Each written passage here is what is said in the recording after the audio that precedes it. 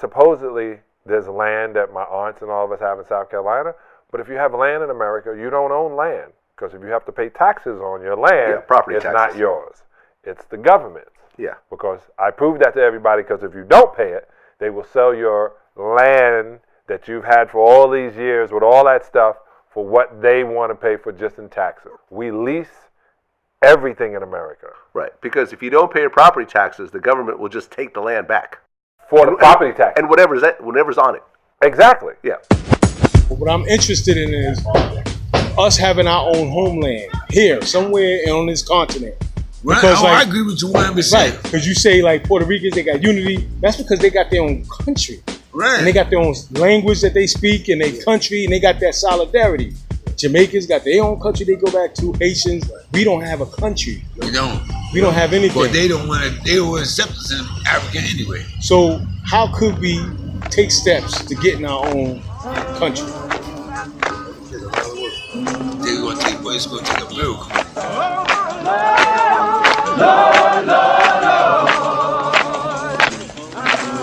I need to say this. I only partially agree with that statement Mike made. Yes, it would take a miracle for all 40 million or whatever million African Americans to want to leave America and build our own homeland. Yes, that would take a miracle. But I think it's very possible to get a small amount of African Americans to be willing to go build our own nation. A small amount, a few thousand, to go build our own nation, to prepare a way for our great-grandchildren to break out of this American cycle, this American situation we're in, and go prepare a way for our great-grandchildren, so our great-grandchildren don't got to go through the madness and the confusion that we're going through. Prepare a way so we can break out of this. Either we stay like this or somebody sacrifices. Somebody lay a track so we don't stay in a 360-degree deadly circle. You know what I'm saying? Somebody has to break out and risk, losing everything and being poor and getting beat down. But somebody has to do something. Somebody has to do something.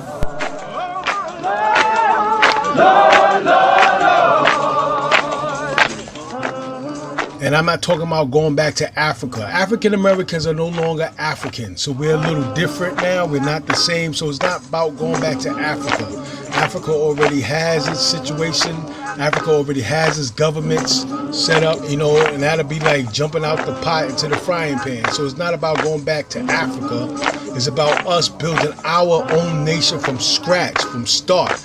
With, our currency with our heroes on it, hero faces on it. I'm talking about our nation somewhere on this continent.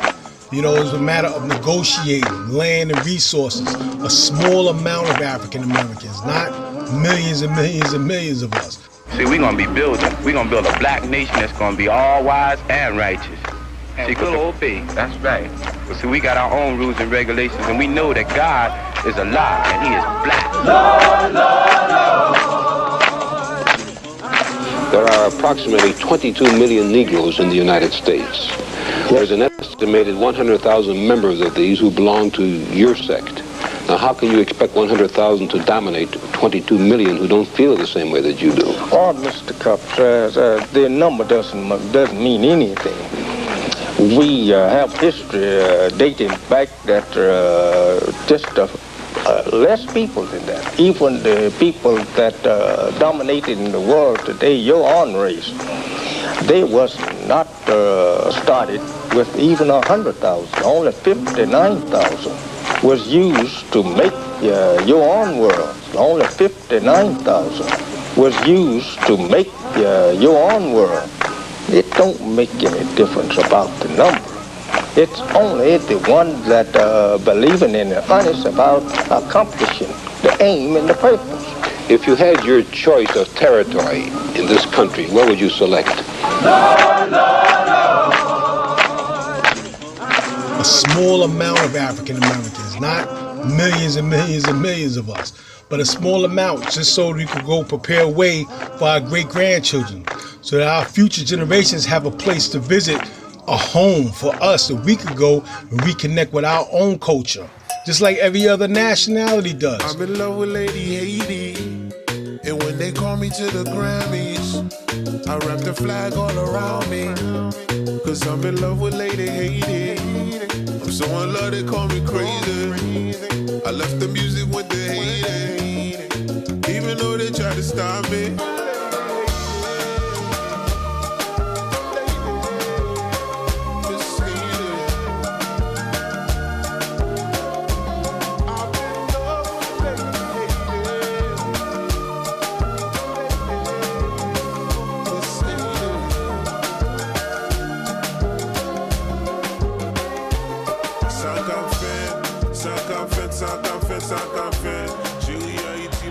La tierra de Borinquen, donde he nacido yo.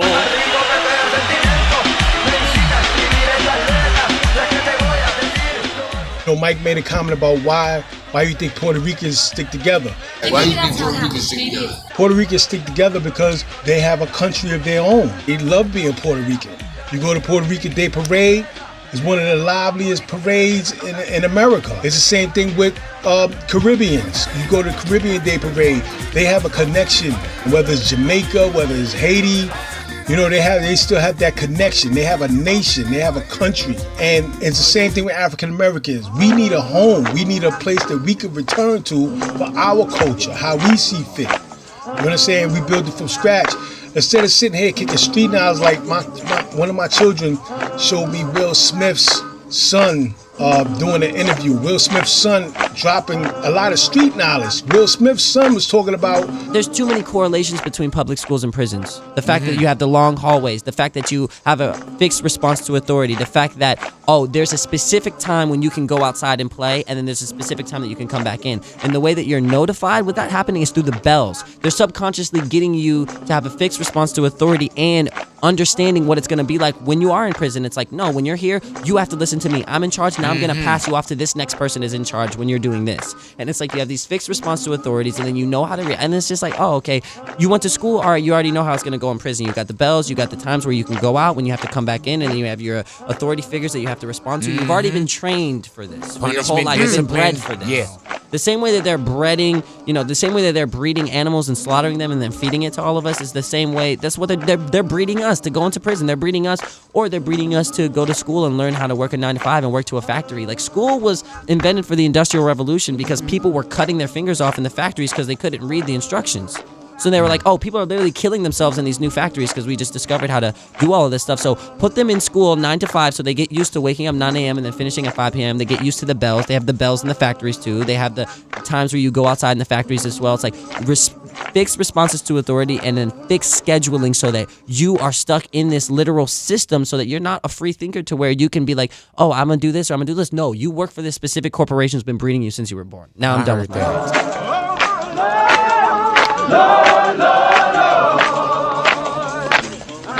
It's like, do we just sit here generation after generation dropping street knowledge about the prison system, about the educational system? How about we build our own educational system? How about we build our own economic system from scratch, the way we see fit as African Americans? Of course, we're going to have challenges. Everybody has challenges. You're going to have obstacles. It's a matter of overcoming your obstacles as a nation. So that's just my thing. I just want to throw out there my vision. My vision is that, yes, African Americans can accomplish. We can get our own nation. It's a matter of negotiating with these Trumps, negotiating with these senators, putting our goals to the forefront. Politicians, whatever, talk about our needs, what we need to talk about, or we're not giving you our vote. This is something that's not to be like an underground revolution. I'm not talking about nothing that got to be shooting and bloody and all this stuff. It ain't got to be like that. You know what I'm saying? Like I say, a small amount of us to speak up and negotiate land, the resources. And you know what? Every nationality should support it.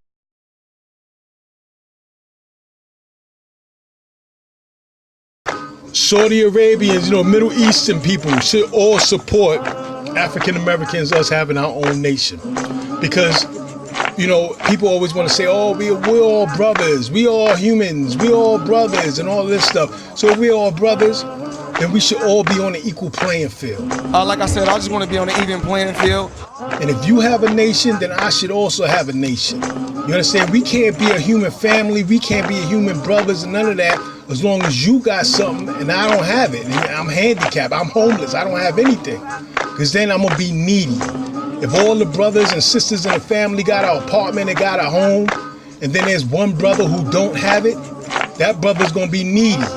So it's a matter of, if we all human family, then we all should be on an equal playing field. Let the African Americans have our own nation in the United Nations. Let us be in the Olympics. The African Americans, instead of winning the Olympic gold for the U.S., and we could do that too.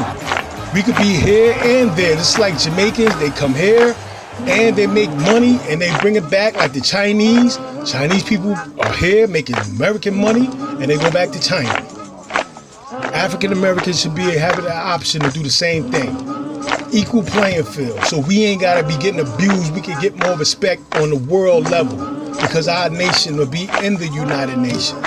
And once again, I'm not talking about something that got to be an underground revolution, bloody killing. No, it should be, everything else should be on the table. What we want, what we push for, should be on the table. It should be, this is lights, camera, action. This should be a topic for the politicians to talk about. African Americans being restored of the land we once had, or any land, just our land, whatever we choose. We can name ourselves. We're no longer African American. We're kings and queens. Whatever we choose our own name, who we are. We got African Americans who master carpentry. We could build our own infrastructure. We got African Americans who master economics. We could build our own money system. We got African Americans who master child psychology. We could build our own educational system. We got men who could build, design. We're very creative people. We could create our own homeland.